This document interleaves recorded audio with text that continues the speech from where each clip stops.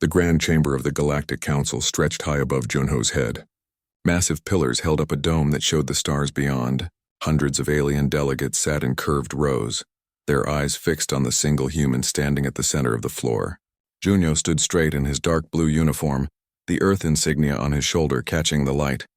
He had been standing there for 2 hours.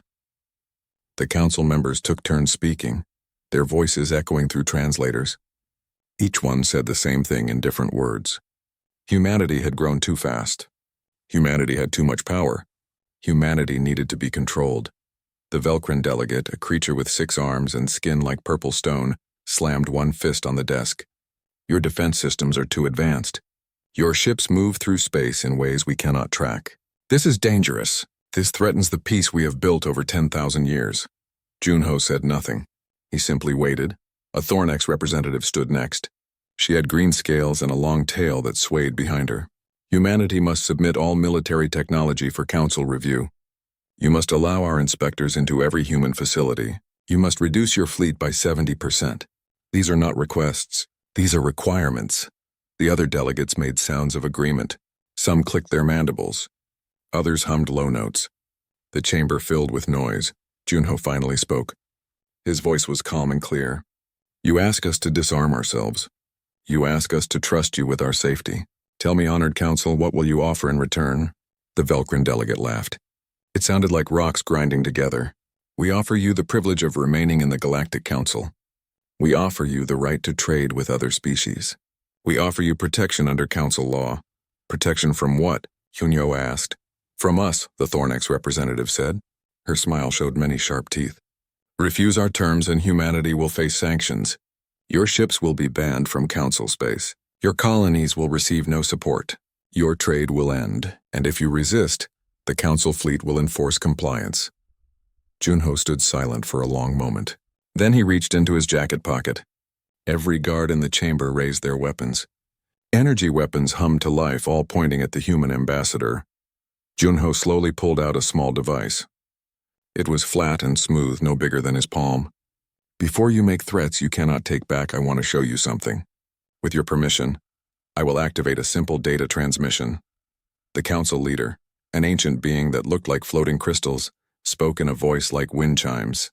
You may proceed, but know that any hostile action will result in your immediate termination. Junho pressed his thumb to the device. Throughout the chamber, holographic displays appeared in the air. Data streamed across them in languages every species could read. Numbers, coordinates, technical specifications.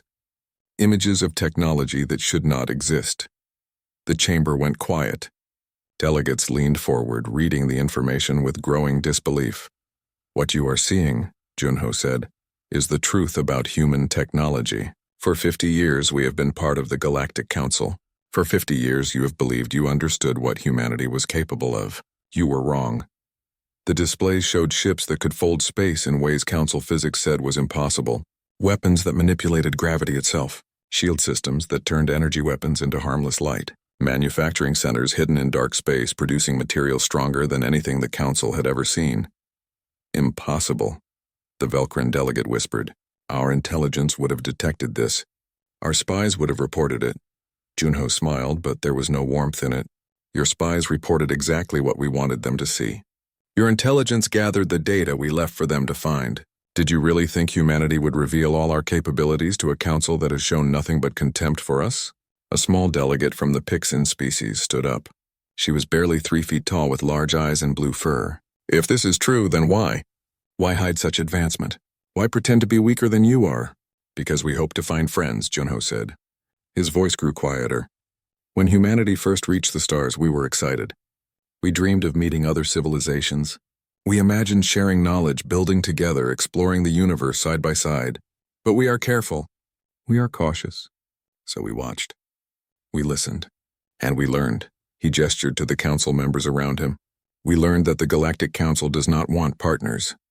It wants subjects. We learned that every species that joins the council with advanced technology is forced to share it, forced to limit themselves, forced to become dependent on council approval. We learned that the council fears change more than it values progress. The Thornex representative hissed. These claims are outrageous. The council has brought peace to thousands of worlds. A peace built on stagnation, Junho replied. Your technology has barely advanced in 1,000 years. You maintain power by ensuring no one species can challenge the Council. Any civilization that shows too much innovation is cut down. We saw what you did to the Relniks. We saw what you did to the Corthan Union. You crushed them. You broke them. You scattered their people across the galaxy as warnings to others. The Council leaders' crystals pulsed with red light, a sign of anger. The Relniks threatened Council stability. The Corthan Union violated sacred laws. Both were dealt with appropriately. Both were growing too advanced, Junho said. Both were developing technology you could not control. So you destroyed them before they could become threats to your authority. He looked around the chamber, meeting the eyes of delegates from hundreds of species. You brought me here today to threaten humanity. You intended to force us to disarm, to submit, to become another controlled species under Council rule. You believed we had no choice. You were wrong. The Velcrin delegate stood again. Your data could be fabricated. You could be bluffing, trying to intimidate us into backing down. Junho nodded slowly. Yes, I could be bluffing. There is only one way to find out. Push forward with your threats. Send your fleet to human space. Try to enforce your will on us. See what happens. The chamber erupted in angry voices. Delegates shouted at each other and at Junho. Some demanded immediate military action. Others called for caution. A few sat in silence, studying the data still displayed in the air. The Council leader's voice cut through the noise like a blade. Ambassador Junho, you will return to Earth. You will deliver our terms to your government. They have 30 days to comply. If humanity does not submit to Council authority, there will be consequences. This session is ended. Junho bowed slightly, a gesture of respect that felt hollow. He turned and walked toward the chamber exit. His footsteps echoed in the suddenly quiet room. Behind him, he could hear the whispers starting. Delegates clustered together, their voices low and worried. As the doors closed behind him, Junho allowed himself a small, sad smile. He had given them fair warning. He had shown them the truth. Now they had a choice to make. He just hoped they would choose wisely. But deep in his heart, he knew they would not. Minji stood on the observation deck of Terra Station, watching Earth turn slowly below. The blue planet had never looked more beautiful or more distant. She knew that in a few hours, she would leave this place forever. The thought made her chest feel tight. Around her, the station buzzed with activity. Humans rushed through corridors carrying equipment, data cores, personal belongings. Children cried as their parents hurried them along. Engineers shouted instructions to each other as they stripped valuable technology from the walls. Terra Station had been humanity's first major construction in deep space. It had orbited Earth for 40 years. Now, in less than a week, it would be empty. Ambassador Minji. A young officer approached her. His name was Diho, and he looked exhausted. The last transport ships are ready. We need to begin final evacuation procedures, Minji nodded. Have all classified systems been purged? Yes, ma'am. Following Protocol Exodus. Every piece of advanced technology has been removed or destroyed. When the Council arrives, they will find an empty shell. Good. Minji turned away from the window. What about the other stations? Deho consulted his datapad. Mars Colony completed evacuation 6 hours ago. The mining stations in the asteroid belt are empty. Titan Base went dark 3 hours ago. The colonial worlds have all begun withdrawal. Jeju Station, Hanseong Colony, Busan Outpost, all following the timeline. Minji had memorized the numbers, but hearing them still felt surreal. 247 human settlements scattered across Council space. 50,000 diplomatic and trade personnel. 3 million colonists who had built lives on distant worlds. All of them coming home. All of them leaving behind everything they had built. Casualties? She asked quietly. 17. Deho's voice dropped. 3 scientists on Hanseong Colony refused to evacuate. They said their research was too important. Communication was lost before security could extract them. 14 others are missing from various locations, presumed captured or killed by hostile Council forces. Minji closed her eyes. 17 lives lost because the Council could not accept humanity as equals. 17 people who would never see Earth again. Make sure their families are notified, she said. Full honors. Their names will be remembered. The station's communication system activated. A voice echoed through every corridor. Attention all personnel. Final evacuation begins in 30 minutes. Report to assigned transport ships immediately. This is not a drill. Repeat, this is not a drill. Minji and Daiho walked together toward the command center. They passed families huddled with their luggage, engineers taking final readings from equipment they were about to abandon, and security personnel standing guard at critical junctions. Every face showed the same mix of emotions: fear, anger, determination. In the command center, screens showed hundreds of human vessels moving through space. Transport ships, cargo haulers, science vessels, military escorts. They flowed away from Council space like a reverse invasion, carrying humanity back to its home system. Captain Jiwan stood at the main console, coordinating the massive operation. She was a veteran of the space service with gray hair and steady hands. When she saw Minji, she saluted. "Ambassador, all ships are on schedule. No Council interference so far. They seem content to watch us leave." "They think we are running away," Minji said. "They think this proves humanity is weak." Jiwan smiled grimly. "Let them think that. They will learn the truth soon enough." Minji approached the communication station. "Is the broadcast ready?" A technician nodded. "Ready to transmit on all Council frequencies. It will reach every major government, every news network, every public channel. They will not be able to ignore it. Then send it." The technician pressed several controls. Across Council space on thousands of worlds and millions of ships, every communication device simultaneously received the same message. Minji's face appeared on screens everywhere. She stood straight in her ambassador's uniform, the Earth behind her visible through the station window. "People of the Galactic Council," she began. Her voice was calm but firm. "I am Ambassador Minji, speaking on behalf of all humanity.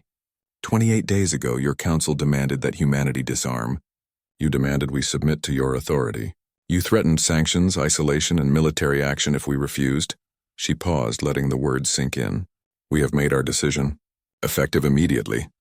Humanity is withdrawing from all council treaties and agreements. We are recalling all our diplomatic missions. We are evacuating all human personnel from council space.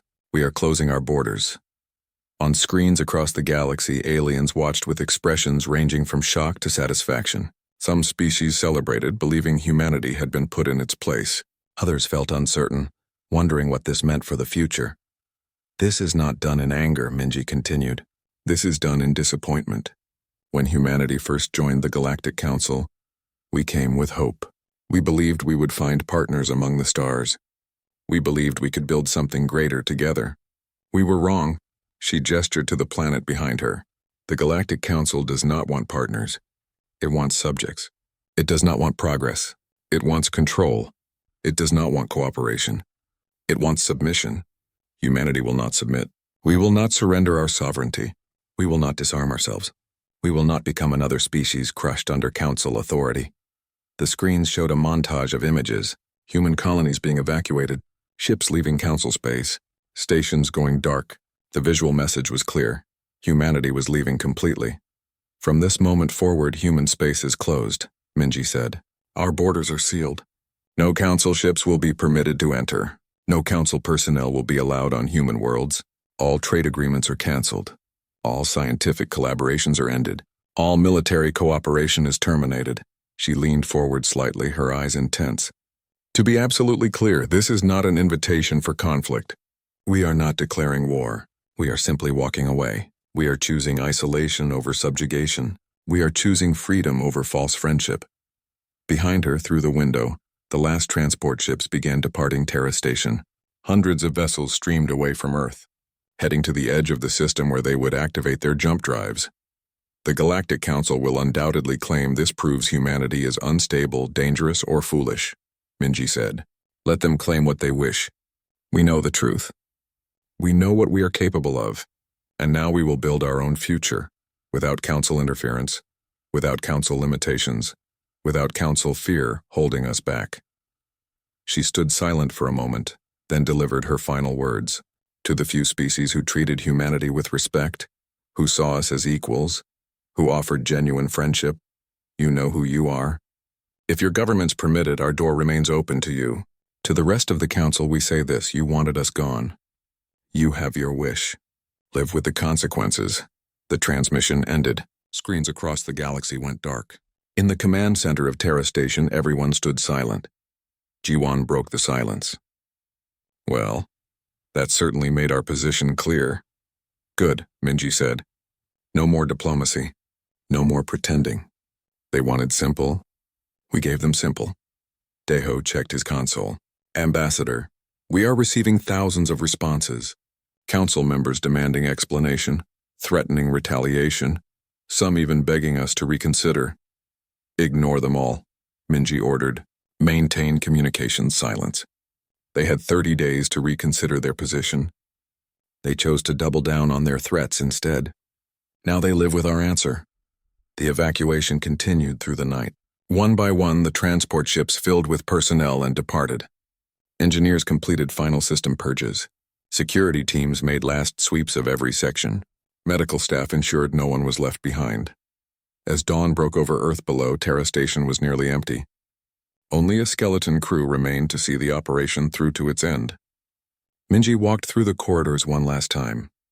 They felt like a ghost town. Lights flickered off automatically behind her as environmental systems began shutting down.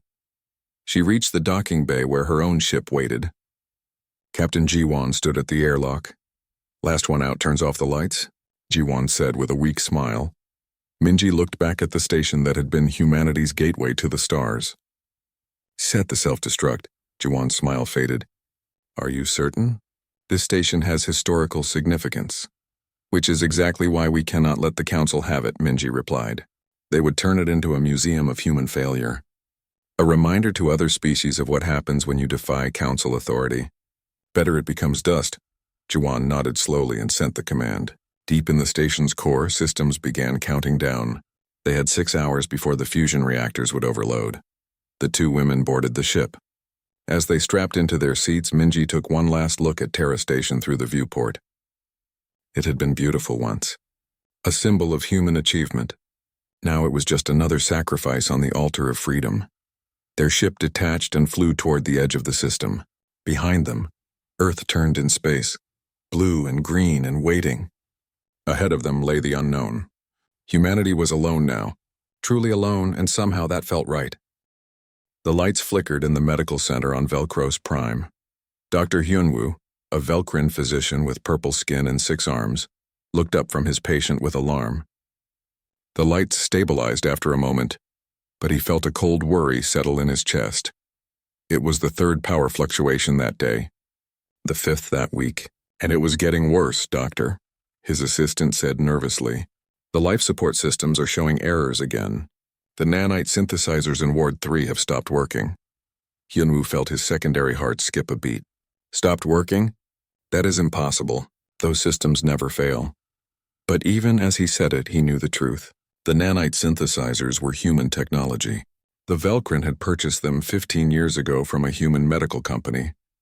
They were miracle devices, capable of creating medical nanites tailored to any species' biology. They had saved millions of lives across the galaxy, and now they were failing. Hyunwoo rushed to Ward 3, his 6 arms pumping as he ran. Inside, nurses clustered around the massive synthesizer machine. Its surface, usually smooth and glowing with blue light, was now dark and cold. Error messages scrolled across its display screen in human languages. Can anyone read this? Hyunwoo demanded. His staff shook their heads. The Velcrin had never needed to learn human languages. The machines came with translation interfaces. Those interfaces were now offline. Contact the human technical support, Hyunwoo ordered. Immediately. His assistant tried for several minutes, then looked up with fear in her eyes. Doctor, the human support network is gone. All their contact channels are closed. Every human technician has left Council space. The realization hit Hyunwoo like a physical blow. The humans had left 2 weeks ago. Everyone thought it was just political drama. The Council had laughed at their departure. But now, piece by piece, human technology throughout the galaxy was dying, and no one knew how to fix it. Across the galaxy, similar scenes played out on thousands of worlds. In the Thornex capital city, quantum communication relays went silent. These relays allowed instant communication between star systems. They were based on research published by a human scientist named Hyunwoo. A different Hyunwoo, one who had shared his discoveries freely with the Council 20 years ago. The Thornex engineers had built their entire communication network on his work. Now the relays were shutting down. And buried deep in the quantum equations were conditions that the Thornex had never fully understood. Without regular updates from human servers, Without specific maintenance protocols, the technology simply stopped working. On the industrial world of Corman, fusion reactors began experiencing cascading failures. These reactors powered everything: factories, cities, spaceports, defense systems. They were newer models, more efficient than anything the Council had built before. Human engineers had helped design them 5 years ago. The Corman engineers stared at diagnostic screens filled with warnings. The reactors were not exploding. They were not melting down. They were simply turning off one by one, following shutdown sequences that no one had programmed. At least, no one the Corman knew about. In the council chamber where Junho had stood weeks before, emergency meetings were held daily. Delegates shouted at each other, blaming their own species, blaming humanity, blaming anyone they could. The comfortable order of the galaxy was crumbling, and no one knew how to stop it. The Pixin delegate, the small female with blue fur, stood on her raised platform so others could see her. Her voice was high and frightened. Our agricultural systems are failing. The automated farming platforms that feed billions, they were designed with human help. Now the control systems are locked. Our people will starve if we cannot regain access. The Velcrin delegate slammed his fists on his desk. The same is happening everywhere. Medical technology failing, communication systems dying, industrial infrastructure shutting down. The humans have sabotaged us. Have they? The council leader's crystal form pulsed with dim light. Or have we sabotaged ourselves? The chamber went silent. All eyes turned to the ancient being. 50 years ago, humanity joined the council, the leader continued. We accepted them because they had valuable technology. But we never truly studied that technology.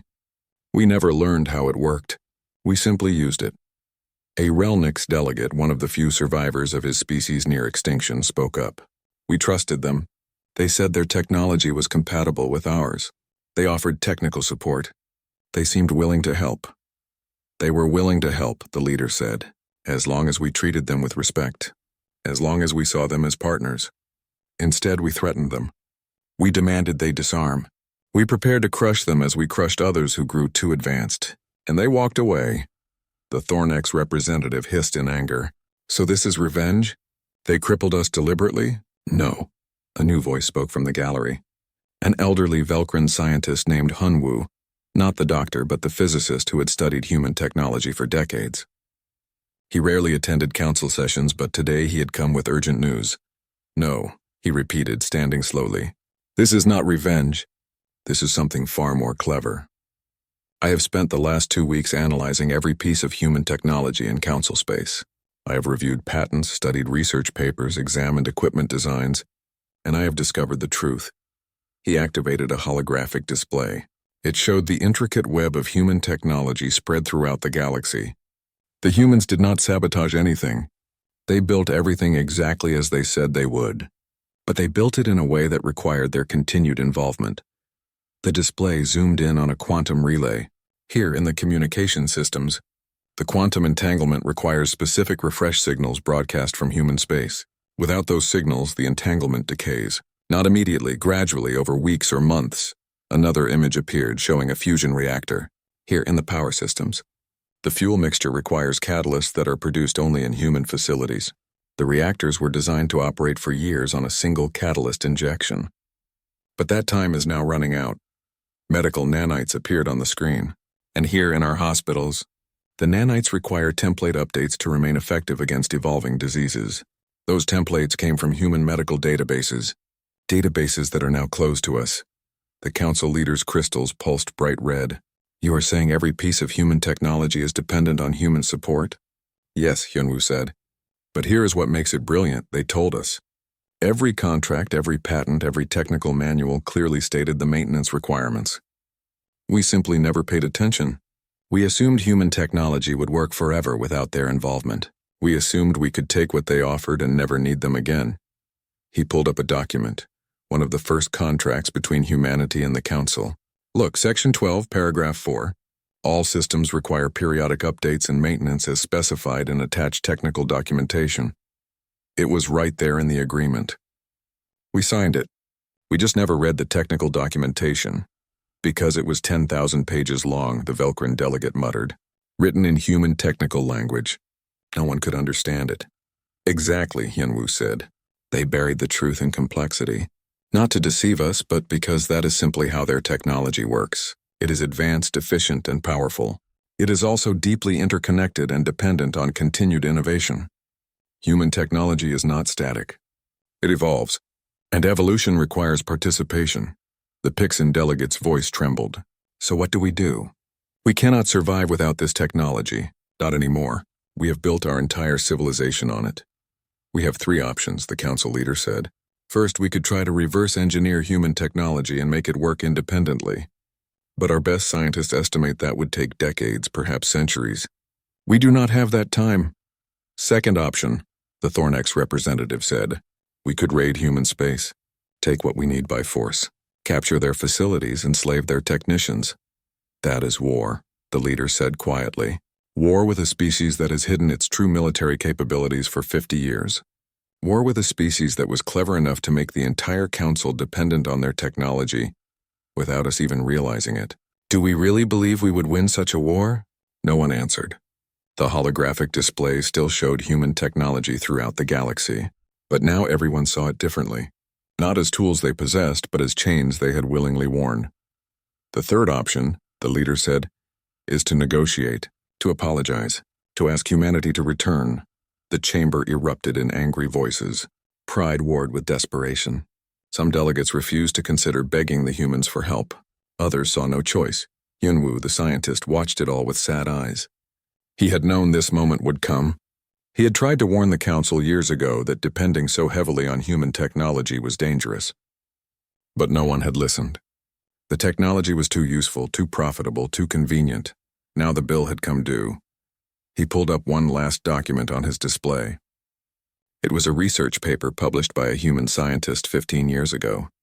The paper that had revolutionized council understanding of quantum mechanics, the paper that had made modern communication possible. He read the dedication at the beginning. To those who build bridges instead of walls, who seek understanding instead of dominance, who remember that true strength comes from cooperation. May the council fleet assembled at the edge of human space, 300 warships from a dozen different species, the largest military force gathered in 2 centuries. Their weapons were charged, their shields active, their crews ready for battle. At the center of the formation aboard the command carrier Eternal Justice, the Velcrin Admiral Sora studied the scanners with growing unease. Anything? She asked her sensor officer. Nothing, Admiral. The border is completely silent. We detect no ships, no stations, no energy signatures. It is as if human space is empty. Sora's 4 eyes narrowed. She did not believe for a moment that human space was empty. The question was what humanity was hiding, and how they were hiding it. It had been 3 months since humanity closed its borders. 3 months of systems failing across council space. 3 months of panic, riots, and desperate attempts to reverse engineer human technology. The council had finally admitted the truth. They needed humanity. They needed human expertise, human technology, human cooperation. But humanity was not answering. Every message sent to human space vanished into silence. Every probe sent across the border simply disappeared from sensors. It was as if an invisible wall had been built at the edge of human territory, and nothing could pass through it in either direction. The council had tried everything. They had sent ambassadors. They had sent scientists. They had sent gifts, apologies, and desperate pleas. Nothing received any response. Finally, the council had authorized this military expedition. Not to attack, they claimed. Just to make contact. Just to open communication. Sora did not believe that either. She had seen the war plans. If humanity refused to negotiate, the council intended to force entry into human space. They would seize human facilities, capture human personnel, take what they needed to survive. It was desperation wearing the mask of military necessity. Admiral, the communication officer called out. We are receiving a transmission. Origin point is approximately 1 light-year inside human space. On screen, the view screen activated, showing a human woman in a military uniform. Her hair was pulled back tight, her expression neutral. Captain G1 looked at the assembled fleet with no visible emotion. This is Captain G1 of the Human Defense Force. You are approaching restricted space. Turn back now. Admiral Sora stood, her 6 arms spread in a gesture of peace. Captain G1, I am Admiral Sora of the Galactic Council fleet. We come seeking dialogue. The Council wishes to reopen negotiations with humanity. Then the Council should send ambassadors, not warships. We sent ambassadors, dozens of them. None received any response. Because human space is closed, Jiwan said flatly. We made that clear. All Council personnel are banned. All Council ships are prohibited. You were warned. Sora felt her tempers rising but forced herself to remain calm. Captain, please. Our civilizations are dying. Medical systems are failing. Children are dying in hospitals because the nanite synthesizers do not work. People are starving because agricultural systems have shut down. Entire planets are going dark as fusion reactors fail. We need your help. Then you should not have threatened us. The simple statement hung in the air. Sora felt her secondary heart skip. There was no anger in Jiwon's voice. No triumph. Just a cold statement of fact. We made mistakes, Sora admitted. The Council acted out of fear. We saw humanity growing powerful and we panicked. We threatened you when we should have welcomed you. We were wrong. I personally apologize for the role my species played in threatening humanity. Please, we are begging you. Help us. Jiwon's expression did not change. Your apology is noted. Now turn your fleet around and leave human space. We cannot do that. Not until we have an agreement. Not until we know our people will survive. Then you will wait at the border until you starve, Jiwon said. Because you are not entering human space. The transmission cut off. Admiral Sora stared at the blank screen, feeling helpless anger build inside her. Around the bridge, her crew looked to her for orders. Take us forward, Sora commanded. Half impulse. Maintain battle formation. Admiral, are you certain? Her second officer asked. The humans warned us not to enter. They warned us, Sora agreed. But they have not shown us they can actually stop us. This might be an elaborate bluff. We must test their defenses. The fleet moved forward, 300 ships crossing the invisible line that marked human territory. Sensors swept the space ahead looking for any sign of human forces. They found nothing. Keep scanning, Sora ordered. Maximum range. They have to be out there somewhere. The fleet continued deeper into human space. They passed coordinates where human colonies had once existed. The planets were still there, but the colonies were gone. Not destroyed, evacuated. Every building emptied. Every piece of valuable technology removed. The worlds were as empty as if humans had never been there at all. This is wrong, the sensor officer muttered. Where are they? Where are the defense stations, the patrol ships, the warning buoys? Every border has defenses. Unless they want us to enter, Sora said slowly. A cold feeling crept up her spine. Unless this is a trap. The words had barely left her mouth when reality twisted. Space itself seemed to ripple. The stars blurred and shifted. And suddenly the Council fleet was surrounded. Human ships appeared from nowhere, thousands of them, arranged in perfect formations that enclosed the Council vessels completely. They had not jumped in. They had not traveled from anywhere. They had simply appeared, as if they had been there all along, hidden behind some kind of cloak that human science should not have been capable of creating. Every human ship was identical. Sleek, dark, covered in strange geometric patterns that hurt to look at directly. They made no sound, gave off minimal energy signatures, and moved with impossible precision. Weapon systems, Sora shouted. All ships, defensive formation! But before the Council fleet could respond, every ship's systems went haywire. Weapons powered down, shields flickered and died. Navigation controls stopped responding. Life support stuttered. It was not an attack. Nothing hit them, no weapons fired. The ships simply stopped working. Captain Jiwan's face reappeared on every view screen in the fleet. You were warned. Sora gripped her command chair as emergency lights flickered on across her ship. What have you done to us? Nothing permanent, Jiwan replied. Your ships are experiencing temporary system failures. You can think of it as a demonstration. Everything that has failed in Council space over the past 3 months, the medical systems, the communication networks, the fusion reactors, it was all built with human components. Components that answer to human control. Your ships are built with materials purchased from human suppliers. Those materials contain elements that respond to specific frequencies. We are simply activating those elements. Horror filled Sora's 6 hearts. You put back doors and everything? For 50 years you sold us compromised technology. No, Jiwan's voice was sharp. We sold you exactly what we promised. Advanced, efficient, reliable technology. It works perfectly as long as you do not threaten its creators. Did you really think we would give potential enemies weapons that could be used against us? She gestured and new images appeared on the screens. They showed council ships being built in orbital yards, human technicians working alongside council engineers, human materials being integrated into every major system. It had been happening for decades, so normal and unremarkable that no one questioned it.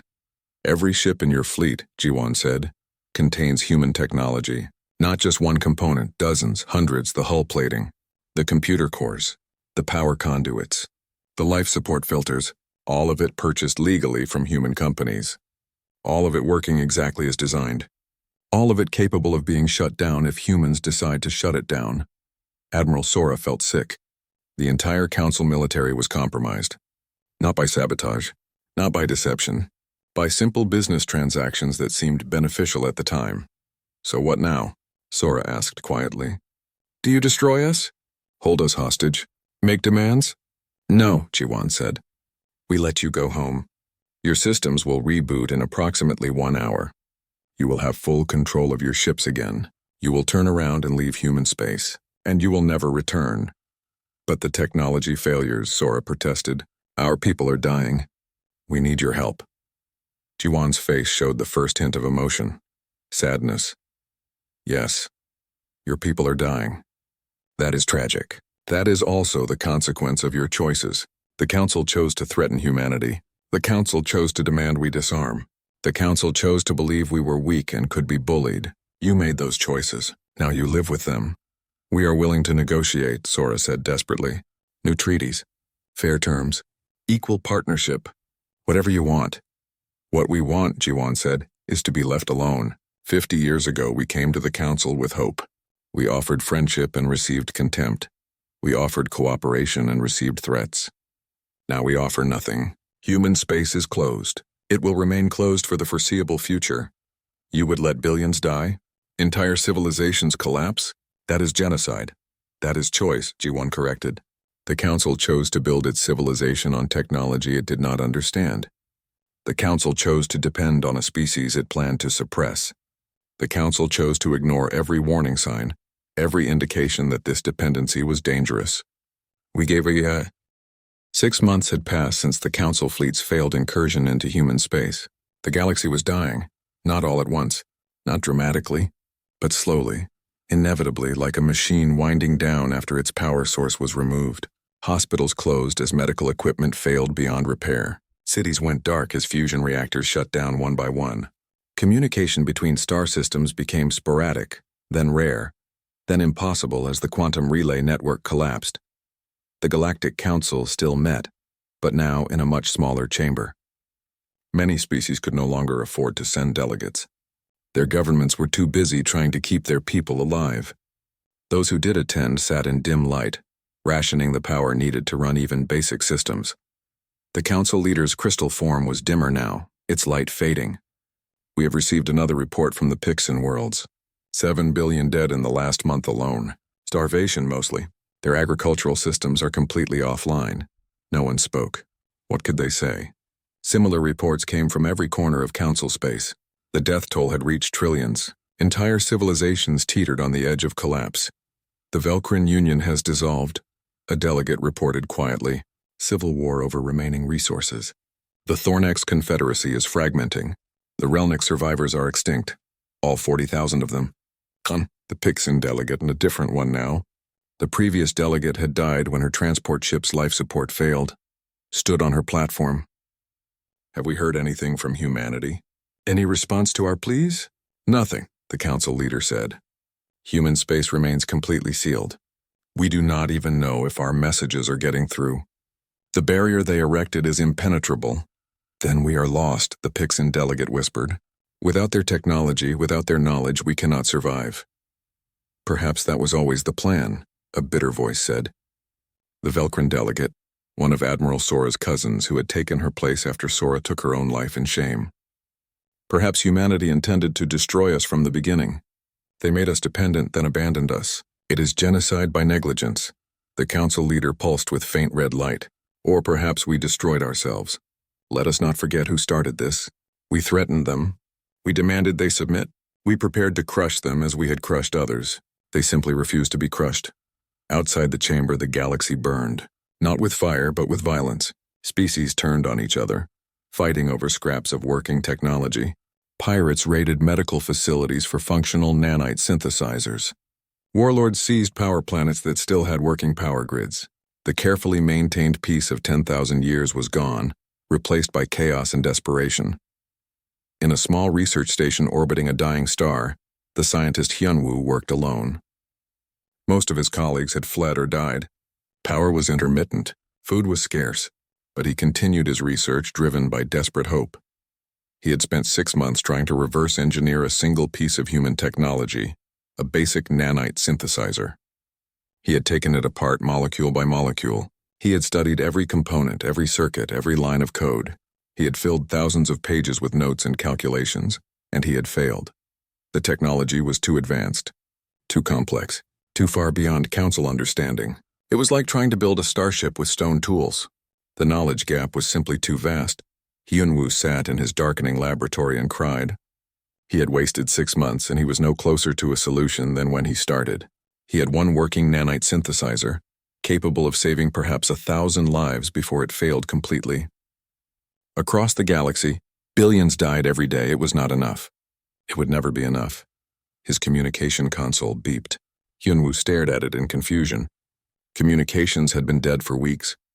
Who could possibly be calling? He activated the console. A human face appeared on the screen. Captain Ji-won looked exactly as she had 6 months ago, calm, professional, showing no emotion. "Dr. Hyunwoo," she said. "Your work has not gone unnoticed." Hyunwoo's breath caught. "How are you contacting me?" "The networks are dead." "Human technology is contacting you," Ji-won corrected. "The same technology you have been attempting to recreate. We have been monitoring your efforts. 6 months of dedicated work. Thousands of hours of research, no breaks, no rest, working alone in the dark while your world falls apart. That shows remarkable dedication." "I had to try," Hyunwoo said quietly. "People are dying. I had to do something." "Yes, you did." Ji-won paused. "Dr. Hyunwoo, what do you know about the devourers?" The question was so unexpected that Hyunwoo could not process it at first. The devourers? The old legend? The monsters that supposedly exist in dark space? "They are not a legend," Ji-won said. "They are real, and they are coming." Hyunwoo felt cold fear wash over him. The devourers were a myth told to frighten children. Ancient machines from a dead civilization, floating in the void between galaxies. Supposedly they consumed entire star systems, breaking down matter into energy to fuel their endless journey through space. "That is impossible," Hyunwoo said. "The devourers are just a story." "No." Ji-won pulled up a star chart. It showed the galaxy with markers indicating human space, council space, and uncharted regions beyond. At the edge of the map, approaching from the intergalactic void, was a cluster of contacts, hundreds of them, thousands, moving toward the galaxy at relativistic speeds. 3 years ago, Ji-won said, human deep space telescopes detected an anomaly, something massive entering the galaxy from dark space. We investigated. We sent probes. We learned the truth. The devourers are real, and they are heading toward the core worlds. She zoomed in on the contacts. They were enormous, each one the size of a small moon. Hyunwoo could see details now. Strange geometric structures, clearly artificial, definitely not natural phenomena. "How long until they arrive?" Hyunwoo asked, his voice barely a whisper. 18 months, Ji-won said. 18 months until they reach the first inhabited systems. After that, they will consume everything in their path. Stars, planets, space stations. Nothing will stop them. According to our projections, they will sterilize this entire region of the galaxy within 50 years. Hyunwoo stared at the screen. "Why are you telling me this?" "If humanity discovered them 3 years ago, why did you not warn the council?" "We tried," Ji-won said. 50 times over 3 years we brought evidence to the council. 50 times we were ignored. The council believed we were fabricating threats to make ourselves seem necessary. Some delegates suggested it was an elaborate human hoax to gain leverage in negotiations. No one took us seriously, she leaned forward. So we stopped trying to convince you. Instead, we prepared. For 3 years, we built defenses. We designed weapons. And we tested strategies. We prepared to fight the devourers alone if necessary. And then the council threatened us, demanded we disarm, ordered us to surrender the very technology we had built to save the galaxy. So you walked away, Hyunwoo said. You let us collapse rather than give us weapons we would have used against you. Yes, Jiwon said simply. We walked away, we sealed our borders, and we continued preparing for the real threat. Hyunwoo wanted to be angry. He wanted to rage at the injustice of it. Trillions had died in the last 6 months. Entire civilizations had fallen, and humanity had watched it happen, doing nothing because the council had been foolish and arrogant. But he could not find the anger. Because humanity had been right, the council would have used any weapons given to them against the humans themselves. The council had proven they could not be trusted. What do you want from me? Hyunwoo asked. Why contact me now? Because the devourers are coming, Jiwon said. And when they arrive, they will not distinguish between human space and council space. They will consume everything. We can hide behind our barriers for a while, but eventually we will have to fight, and we cannot fight them alone. She pulled up new images, battle plans, fleet formations, weapon designs. Humanity has the technology to fight the devourers. We have ships that can damage them, weapons that can slow them down, strategies that might possibly allow us to survive, but we do not have the numbers. Even with all our hidden fleets, all our advanced technology, we are too few to stop thousands of those things. You need the council, Hyunwoo said. You need our ships, our people, our worlds. We need a united galaxy, Jiwon corrected. Not the council as it was. That corrupt, fearful organization would only make things worse. But a true alliance, species working together because we have no other choice, sharing technology freely because survival depends on it, fighting side by side because the alternative is extinction. She looked directly at him. Dr. Hyunwoo, you have spent 6 months trying to save your people. Now I am offering you a chance to save everyone. Help us rebuild the council. Help us unite the surviving species. Help us prepare for the war that is coming. We will provide the technology. We will share the knowledge we have hoarded.